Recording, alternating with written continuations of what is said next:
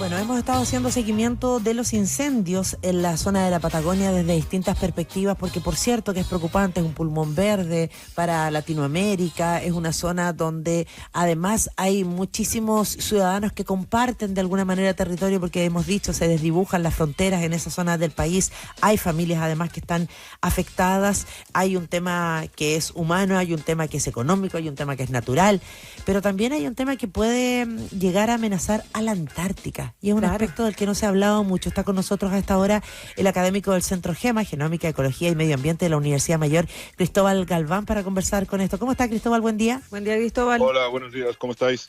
Bien, Aquí, ¿y vosotras? preocupados con lo que está pasando. Hace algunos años nos preocupaba el Amazonas, hoy día nos preocupa las Patagonia, también menos mal detuvieron a una persona prendiendo un cigarrillo en las Torres del Paine. Es bien compleja la situación que estamos viviendo. O sea, ya el hecho de que en verano haya este tipo de incendios por negligencia humana ya es grave. Uh-huh. Eso está fuera de toda duda. Pero el tema, que es un poco la pregunta, ¿no?, que trasciende el que me hayáis contactado, sí, es ¿cuál es el efecto que esto puede tener a larga distancia, ¿no? Porque la Patagonia y la Antártica igual hay una distancia importante, ¿no? Y claro, que eso pueda afectar a la Antártica viene dado por dos cosas. De hecho, este efecto ya se vio dos veces anteriormente. Se vio, no sé si se acuerdan, para el 2020, cuando fueron los incendios de Australia, estos que fueron atroces, sí, y que se quemaron millones de hectáreas. Y también se vio en otro incendio que hubo en la Patagonia Argentina allá por el 2022, ¿ya? Uh-huh. ¿Y qué es lo que pasa? Para que todas estas partículas que generan los incendios, de las cuales la más dañina probablemente para la Antártica, además de todos los hidrocarburos que se puedan generar y todo eso, son las partículas de carbono negro, black carbon, como dicen los científicos. ¿Ya?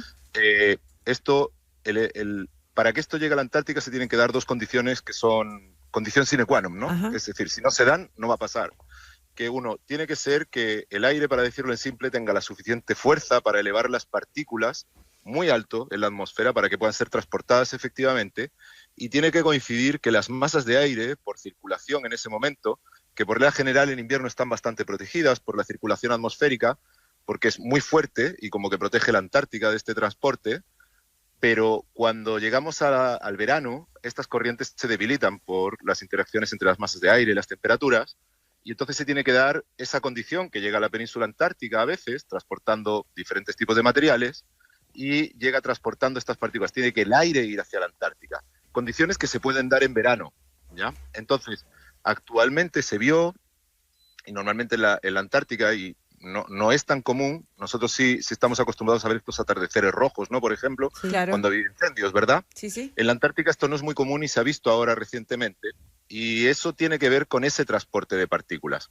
Obviamente, no vamos a decir, porque sería caer en un ejemplo puntual, que estas van a tener un efecto tremendo sobre el hielo, porque sabemos que la provocación del deshielo no tiene que ver en una muy pequeña escala con este black carbon que se deposita, que sí que es real y que se produce este daño, pero tiene más que ver con el fenómeno de calentamiento global que estamos tratando de entender todos, y este aumento de temperaturas que suele haber más en verano últimamente, porque se están dando fenómenos más extremos, como ya sabemos que tiene que ver un poco con el calentamiento global. Sí.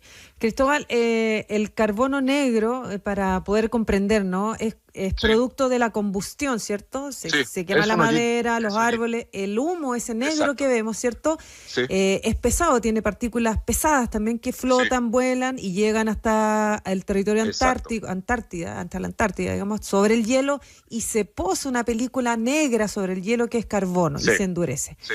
Eso provoca impide que el sol pase, digamos, y te acumula el calor, me imagino. Esto lo que hace, estas partículas de carbono negro que se depositan en el hielo, lo que hacen es absorber la radiación que les llega durante el día. Es decir, la nieve, al ser blanca, refleja esa radiación y la vuelve a devolver a la atmósfera, y es un balance radiativo natural, por decirlo de alguna manera. Claro. Lo que entra es equivalente a lo que sale. Pero cuando tú tienes estas partículas de carbono negro, la desgracia que tienen, entre comillas, es que empiezan a absorber radiación, se calientan, y luego cuando dejan de absorber radiación, la empiezan a expedir a lo que tienen alrededor. Entonces el hielo que tiene alrededor esa partícula se empieza a fundir. Es como una gran carpa negra. Exacto. Como exacto. un expedicionario, alguien que va a acampar, una carpa negra, listo, y adentro el calor tremendo te empieza a derretir el hielo y como un domo. Como un domo, Exacto. exactamente. Cristóbal, pero además a propósito de este tema de los incendios, veíamos que tú formas parte de este proyecto Ice Tropic, que efectivamente, por ejemplo, es bien innovador en el uso de biomarcadores, que me parece que ahí hay un elemento que puede marcar una diferencia para el futuro. Sí, nosotros lo que hacemos dentro del proyecto, que tiene varias líneas, estudiamos un poco cuando pasa el deshielo, qué pasa con todos estos contaminantes que hay en el hielo, ¿no? Y una de las formas de detectar si hay un impacto sobre la fauna antártica es usar unas moléculas que generamos los animales o los seres vivos ante algún estrés, que son estos biomarcadores, que son metabolitos que sabemos que son provocados por un estrés, por la exposición a un contaminante. Entonces, eso nos permite poder tener evidencia de si se está afectando a la fauna por efectos de contaminación a larga distancia, que es decir, contaminación que no se ha producido en la Antártica, pero que se está produciendo en otras zonas, que se ha transportado, se ha depositado en el hielo y cuando el hielo se derrite o se funde, va a llegar al agua. Y ahí es donde llega toda esta fauna que está poblando las bahías en la Antártica y en los océanos antárticos. Y esa parte es súper interesante, de hecho es la más innovadora del proyecto, no nos vamos a engañar. Bueno, y es que pensando en aquello, cuando se puedan ver si es que hay efectos precisamente en la flora o en la fauna, podrá verse eventualmente que también pueda haber efecto en las personas que viven en la Antártica, en las distintas bases que hay, porque de alguna manera igual tienen relación directa con la naturaleza a diario. Sí, en cierto modo tenemos que entender que las personas que viajan a la Antártica de por sí ya están expuestas a una, voy a tratar de decirlo muy simple, estamos expuestos a una atmósfera de químicos gigantes. Piensa que nosotros vivimos en Santiago, entonces vivimos en una quimiosfera bastante contaminada, ¿ya? Entonces, cuando llegamos a la Antártica, los niveles que vamos a encontrar son mucho menores en cuanto a contaminantes de lo que vamos a tener en Santiago, por ejemplo. Los investigadores que vivimos en Santiago, los que vivan en Valdivia o los que vivan en Punta Arenas, son ostensiblemente menores. Pero en el caso de la fauna, es fauna que no está acostumbrada a esta contaminación. Entonces el efecto, como va a ser la primera vez que van a estar, no la primera, pero es un proceso que se llama exposición aguda, que es estar sometido a niveles de contaminación muy altos durante un breve espacio de tiempo, sí puede provocar una respuesta en el animal y entonces desata esos biomarcadores, es decir, los empieza a expresar y empieza a mostrar esos biomarcadores. Ahí está lo interesante, ¿no? Claro. Porque el efecto se ve en el corto plazo porque son especies que no están acostumbradas. Por ejemplo, si tú te llevas a vivir a una persona que ha vivido en el campo toda su vida, que nunca ha estado expuesta a contaminación urbana, lo más probable es que cuando se traslada a la ciudad primeramente va a empezar a tener una ligera degradación de su estado de salud hasta que su cuerpo se acostumbre a esa contaminación. Exacto, piel, pulmones, etcétera. Ese es el efecto. Y en la Antártica uno lo ve en el periodo de verano, que es cuando se produce la mayor recirculación de contaminantes que están retenidos en el hielo. Y entre estos, ya no solo el black carbon, que tiene un efecto más limitado a nivel fauna, pero sí todos aquellos compuestos que pueden estar ligados a ese black carbon, porque ese black carbon igual lleva adheridos otra serie de contaminantes. Sí, Cristóbal, ese black carbon, esta capa negra de carbono de la que hablamos, ¿cierto? ¿Se puede estimar más o menos qué superficie puede abarcar en la Antártida? Eso es relativamente complicado, o sea, se puede hacer con satélites, nosotros no lo hemos hecho, creo que el grupo de Cordero trabaja en esa línea de la USACH hace algunos años, bastantes de hecho, y uno puede estimar más o menos cuál es la tasa de deposición de partículas, pero saber las hectáreas que están afectadas. Te digo pensando en cuánto te va a subir la temperatura, porque mientras más carbón, me imagino que más se acumula el calor, más derretimiento, ¿no? Sí. Eso es, de hecho es una pregunta súper buena, porque eso nos permitiría, en caso de que lo hagamos, poder estimar un poco cuál es el impacto real en comparación y tratar de empezar a dividir de cuál es el impacto de cosas agudas, como pueden ser estos fuegos, de cosas que son crónicas como el calentamiento habitual ya del aire que estamos teniendo. Entonces, también te permite medir un poco cuál es el impacto y el plazo en el que se va a producir el impacto, porque hay impactos que son más a largo plazo, porque son de a poquito, aunque luego el efecto va a ser mucho mayor, y luego tienes impactos que son más agudos, que van a tener un impacto muy alto en un corto espacio de tiempo, pero que cuando tú miras todo el sistema, realmente mueve la aguja muy poco en comparación con este proceso que va de a poco. A mí lo que me perturba cuando un científico como tú habla de los plazos cortos y a largo plazo es que los tiempos de ustedes, los científicos, son ya 100 años, 500 años. Entonces yo quiero cosas más como, ya, muéstrame en un mes, ¿qué cambia? Pero que tenemos que portarnos bien nosotros para que los científicos puedan decir claro. Eso. O sea, en un mes voy a tirarme un poco a la piscina, luego me van a llegar tírate. Yo creo que sí que va a haber un impacto porque va a aumentar evidentemente la tasa de deshielo en aquellas zonas y ese efecto es inmediato porque la radiación está ocurriendo actualmente y lo que va a potenciar es el deshielo. O sea, se va a derretir más de lo que se derretiría con este proceso más lento que nosotros estamos viendo. Entonces sí se va a ver un efecto probablemente y que probablemente algunos científicos que ya están trabajando en Antártica, que estén midiendo efecto de deshielo, puede ser que lo puedan llegar a cuantificar durante este año.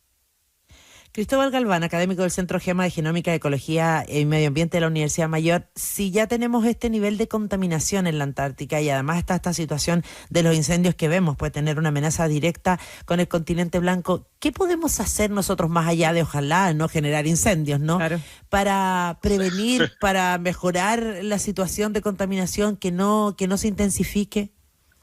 Mira, lo simple es tratar de reducir las posibilidades de exposición. Ya no vamos a hablar de los incendios, podemos hablar de toda nuestra actividad humana en realidad. Al final, la Antártica, yo la defino cuando doy charlas como más de divulgación, ¿no? Es como un lienzo en blanco que nosotros vamos tirando manchas de pintura, ¿no? Entonces, cuanta menos pintura tiremos para manchar, y a eso me refiero, pues, reducir las emisiones por transporte, hacer una transición energética adecuada, reducir el uso de pesticidas que sean transportables, que sí sabemos que estos pesticidas llegan a la Antártica, por ejemplo, nosotros los hemos detectado en proyectos anteriores. Tratar de reducir conductas diarias, ya sea a nivel persona, a nivel comunidad, sí, a nivel industria, tratar de reducir ese impacto obviamente va a repercutir en una mejor salud para el continente antártico. Claro. Y eso, si bien también es un proceso lento, es un proceso que se empieza a ver muy rápido. Perfecto. Cristóbal, lo último. Mira, la isla grande de Groenlandia, en el norte ártico, por supuesto, al lado de Estados Unidos, al lado de Rusia, de Dinamarca, y que Trump quiere obtener, ¿no? Se quiere apoderar de Groenlandia. Esa isla a la larga, debido al calentamiento global, ha ido bajando su nivel de nieve, ¿cierto? Y ha dejado al descubierto la Tierra. Y la han cruzado de nuevo, se han generado nuevas rutas marítimas, incluso internas. Sí. Es por eso que quiere Trump, ¿cierto? ¿Es para tener nueva tierra alejada del sol, del calor? La verdad es que yo no soy analista político, ¿no? Lo que puedo entender es que Groenlandia era un permafrost, que es un suelo completamente congelado y que cada vez se va liberando más tierra. Claro. Y eventualmente ya no es solo que pueda ser una ruta marítima, una zona estratégicamente para la defensa, ya que eso yo entiendo que va por ahí, sino que también son suelos que tienen abundancia de recursos naturales, de tierras raras, es decir, obviamente cuando uno ve este tipo de movimientos, sin yo ser analista político internacional, yo soy biólogo con un doctorado en química, yo veo que como en todo, ¿no? En todo hay intereses. Entonces probablemente haya más intereses que los que todos sabemos y ahí ya empezamos todos a pensar un poco en base a nuestro conocimiento. O sea, que hay tierras raras en Groenlandia, ya lo sabemos, que hay acceso a recursos naturales, ya lo sabemos, que petróleo no lo sabemos, yo por lo menos no lo sé, pero seguro que alguien lo sabe si es que hay. Son rutas marítimas que cada vez van a ser más explotadas, entonces obviamente hay un interés económico detrás, pero yo creo que como todo en todos los movimientos que hacen todos los países en el mundo, ¿no? Queremos dar las gracias a Cristóbal Galván, académico del Centro GEMA, Genómica, Ecología y Medio Ambiente de la Universidad Mayor, por haber estado con nosotros hoy día. Gracias, Cristóbal. Gracias. Gracias a vosotros. Chao.